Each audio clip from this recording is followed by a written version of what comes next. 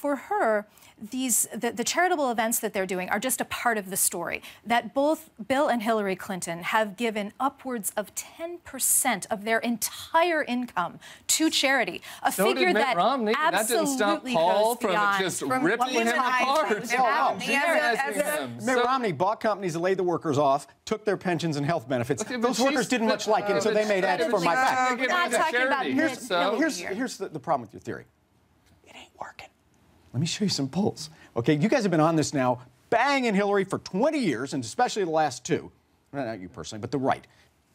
Here's where she stands according to the ABC News Washington Post poll.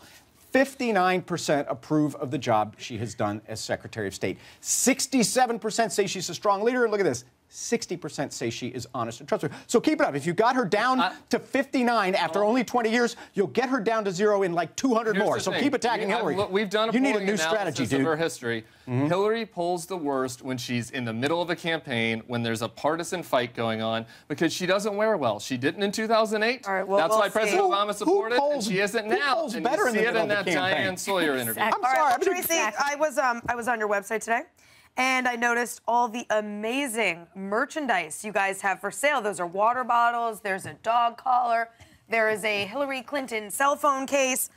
Aren't you afraid all of this stuff will turn off average American voters who are concerned that Hillary is seen more as a brand and less as an actual problem solver who's down in the gritty dirt trying to solve the real problems of American people?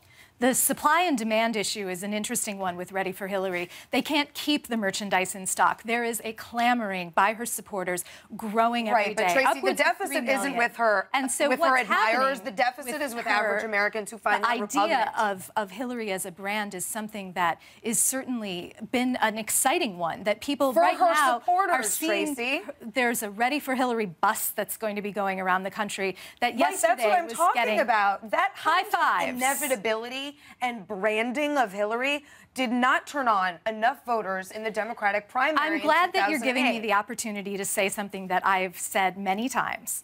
If there was an inevitability about Hillary Clinton, Ready for Hillary would not exist. And I don't know how much more plainly to make that case. So every time that word comes up, that is going to be my answer. Well, and in fact, Tim, I think that the whole notion in my party of inevitability is dangerous and damaging. Well, then why does the Priorities USA board have Jim Messina, John Here's the Podesta, answer. everybody? The answer to it is when you right-wingers attack her, it boosts her. It ends the inevitability. Think, oh, my goodness, this talented woman is being attacked by all these right-wingers. It's great for Hillary. Okay.